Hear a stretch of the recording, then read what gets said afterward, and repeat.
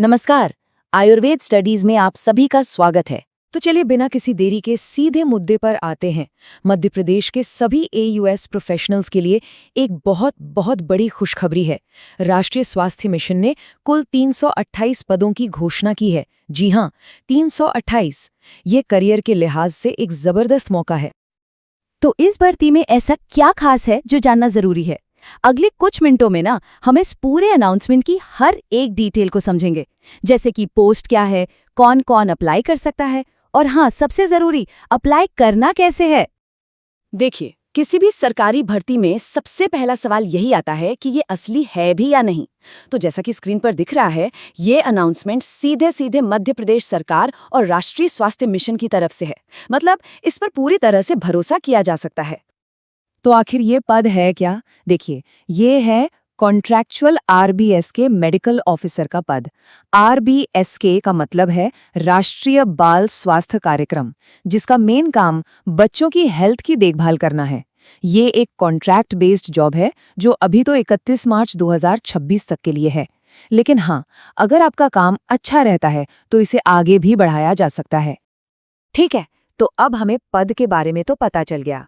अब ये देखते हैं कि आयुर्वेद, होम्योपैथी और यूनानी, इन तीनों स्ट्रीम्स में किसके लिए कितनी सीटें हैं। यहाँ पर सीटों का बंटवारा काफी इंटरेस्टिंग है। मतलब कुल 328 में से 45% आयुर्वेद वालों के लिए, 45% होम्योपैथी वालों के लिए और बची हुई 10% यूनानी कैंडिडेट्स के लिए हैं। तो देखा जाए तो आयुर्वेद और होम्योपैथी ग्रेजुएट्स के लिए ये एक बहुत ही बड़ा और बराबर का मौका है।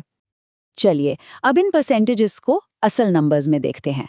और यहाँ एक बहुत ही अच्छी बात है कि हर स्ट्रीम में मेल और फीमेल कैंडिडेट्स के लिए बिल्कुल बराबर सीटें रखी गई हैं।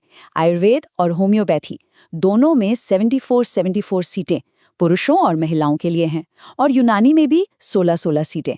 ये जेंडर इक्वालिटी के लिए एक बहुत ही बढ़िया कदम है।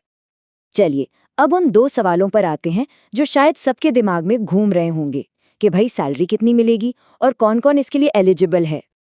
तो जो भी कैंडिडेट सिलेक्ट होंगे उन्हें हर महीने 36,200 रुपए की फिक्स्ड सैलरी मिलेगी। ये एक काफ़ी अच्छी सैलरी है, खासकर अगर कोई गवर्नमेंट हेल्थ सेक्टर में अपना करियर शुरू कर रहा हो तो। एज लिमिट पर थोड़ा ध्यान देना होगा। 1 जनवरी 2025 को एज 21 से 40 साल के बीच होनी चाहिए। लेकिन यहाँ एक अच्छी खबर भी है। अगर कोई मध्य प्रदेश का ही रहने वाला है और रिजर्व्ड कैटेगरी में आता है तो उसे अपर एज लिमिट में 5 साल की छूट भी मिलेगी।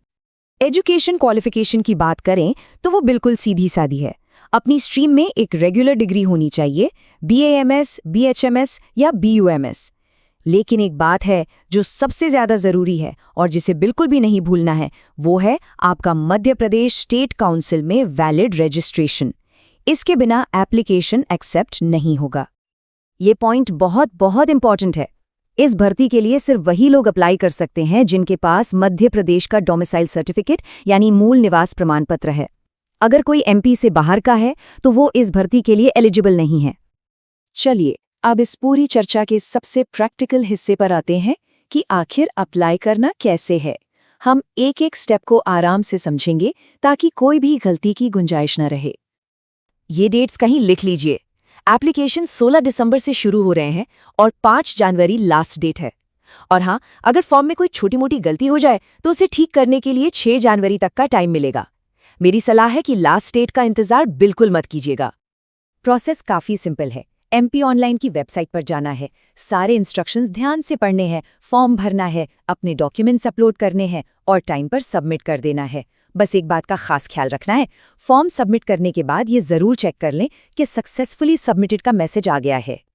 एप्लीकेशन भरने से पहले ये लिस्ट चेक कर लीजिए और ये सारे डॉक्यूमेंट्स स्कैन करके अपने पास तैयार रखिए।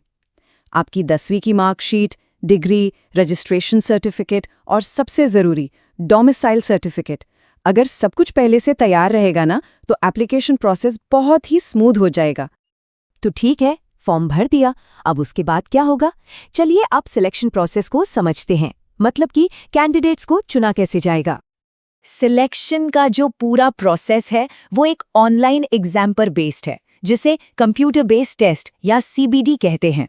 इसमें 100 मल्टीपल चॉइस क्वेश्चंस यानी एमसीक्यूज होंगे और सबसे अच्छी बात यह है कि इसमें कोई नेगेटिव मार्किंग नहीं है। इसका मतलब है कि सारे के सारे 100 सवाल अटेम्प्ट किए जा सकते हैं।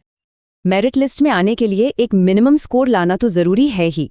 जनरल कैटेगरी के लिए ये 40% है और ईडब्ल्यूएस, ओबीसी, एससी, एसटी जैसी रिजर्व्ड कैटेगरीज के लिए कट ऑफ थोड़ा कम रखा गया है। अब ये वाला पॉइंट बहुत ही ज्यादा इम्पोर्टेंट है। जिन भी कैंडिडेट्स ने कोविड-19 पैंडेमिक के दौरान कम से कम 89 दिन काम किया है, उन्हें सिलेक्शन में 10% का एक्स्ट्रा वेटेज मिलेगा। ये एक बहुत बड़ा एडवांटेज साबित हो सकता है। तो इतनी सारी जानकारी के बाद आखिर में टेक अवे क्या है? चलिए सारे मेन पॉइंट्स को फटाफट एक साथ समराइज कर लेते हैं। तो शॉर्ट में कहें तो ये मध्य प्रदेश के AUS ग्रेजुएट्स के लिए 328 पोस्ट्स का एक सुनहरा मौका है। सैलरी अच्छी है, सिलेक्शन एक ऑनलाइन एग्जाम के जरिए होगा और याद रखिए अप्लाई करने की लास्ट डेट है 5 जनवरी 2026। इस मौके को हाथ से बिल्कुल मत जाने दीजिए। विश्वसनीय आयुर्वेद अपडेट्स, परीक्षा मार्गदर्शन और क्वालिटी कंटेंट के लिए आयुर्वेद स्टडीज YouTube चैनल को अभी सब्सक्राइब करें ताकि कोई भी जरूरी अपडेट आपसे कभी मिस ना हो।